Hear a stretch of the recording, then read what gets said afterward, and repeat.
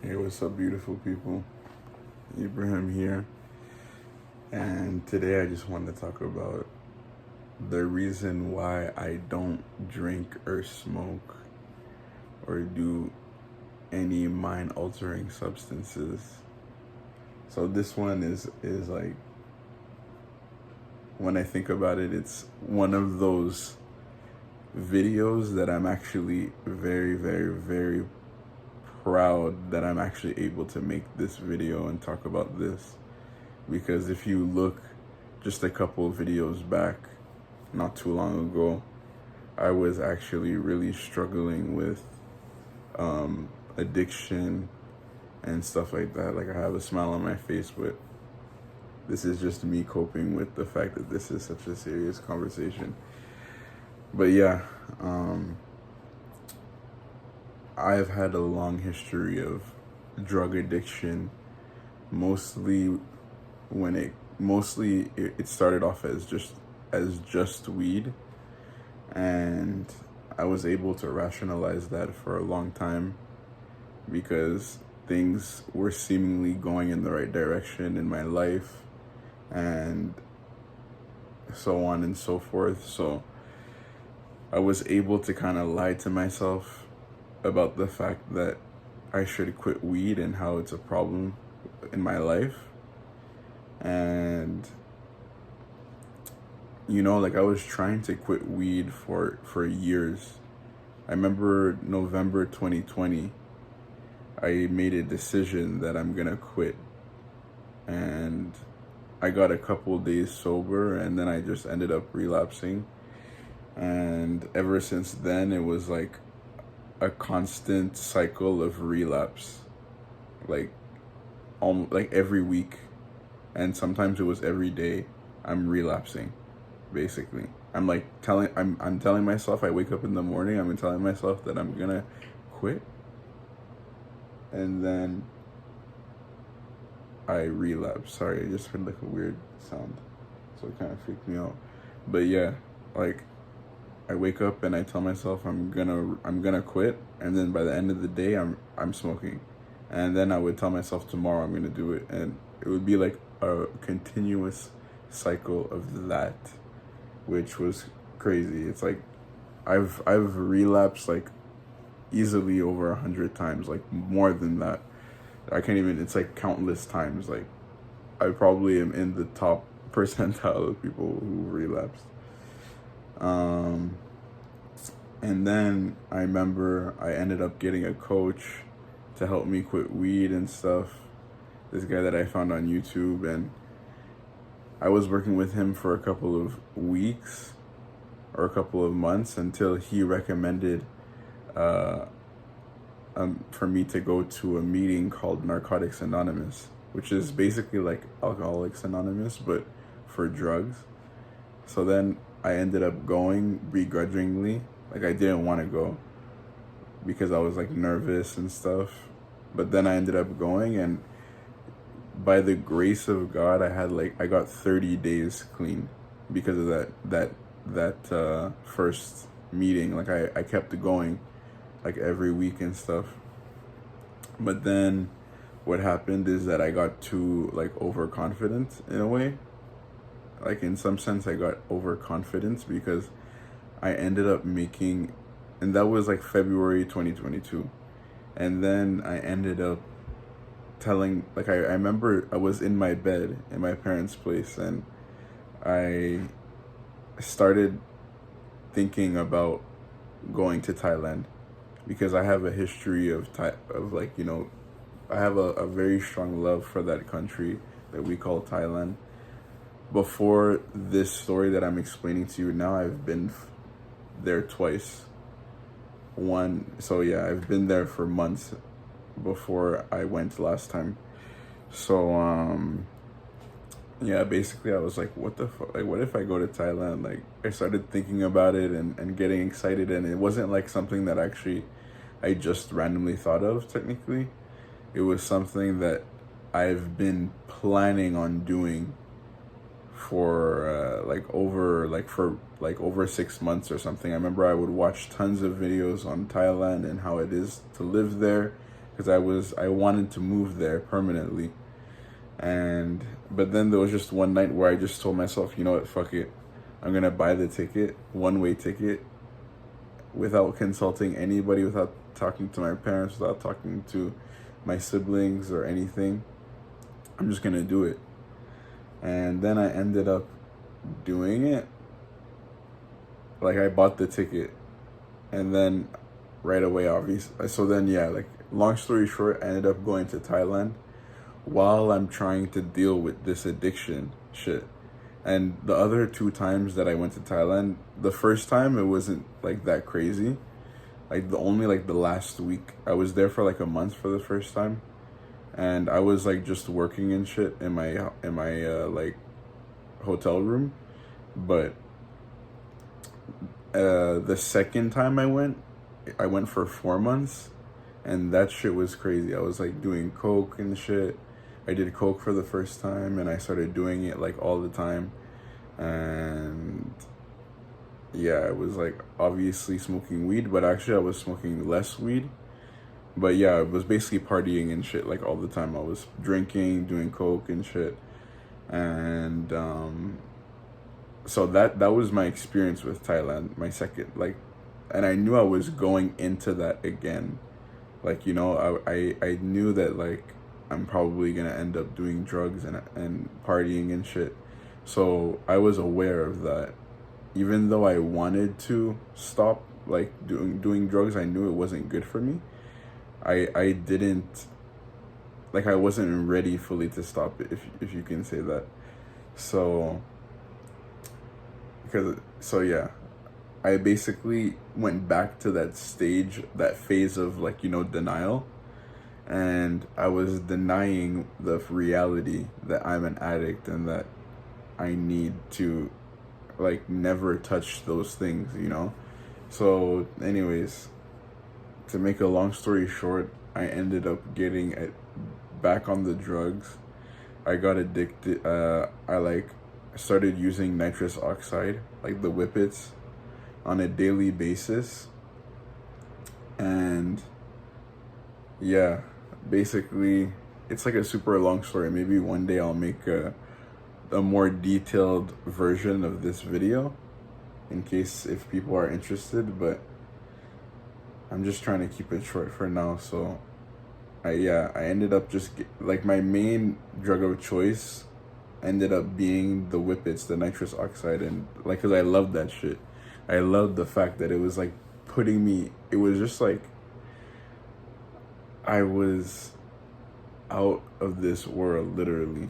And I loved the whole ritual of doing it, inhaling it, and I loved doing it on come downs, like on coke benders, and I loved it. And the fact that it's like so freely available in Thailand was probably something that didn't help either. You know, you can get it 24 hours, 7 days a week on like the equivalent of Uber Eats over there.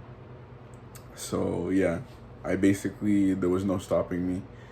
And I ended up pretty much like overdosing. I ended up overdosing, and I had a seizure. And thankfully I had a seizure in public because I was like at one of those balloon bars on Khao Road. And so they got an ambulance. I don't remember anything about that day because it was it was a bunch of shit leading up to that I don't want to get into right now because I'm trying to keep this video short, as I keep saying. But yeah, I had a seizure and I was hospitalized, and my family had to come and save me. And basically that was the moment where I kind of had to, there was like no denying the fact that I'm an addict. But with all that being said, I still had to go through more shit to like kind of realize that, because I ended up going back home from Thailand, and like a couple months later, my sister, who was also an addict, she ended up passing away due to her alcoholism and her own issues that stemmed from like addiction. And that was like also a clear sign, like, okay, I need to stop so basically, by the way, like when I came back from Thailand, I stopped all of I stopped everything except for weed, and I was only smoking weed for like a couple of months until the until like I had a relapse off of the balloons, and then that started a whole cycle. So to give you a timeline, I came back from Thailand October 2022, and I stopped the balloons. I had like a quick stint. Like I bought some balloons in January 2023, but then I realized how fucking stupid I am because my whole body was like, I got severe neuropathy. I was like so close to paralyzing myself. I could not even walk and shit. So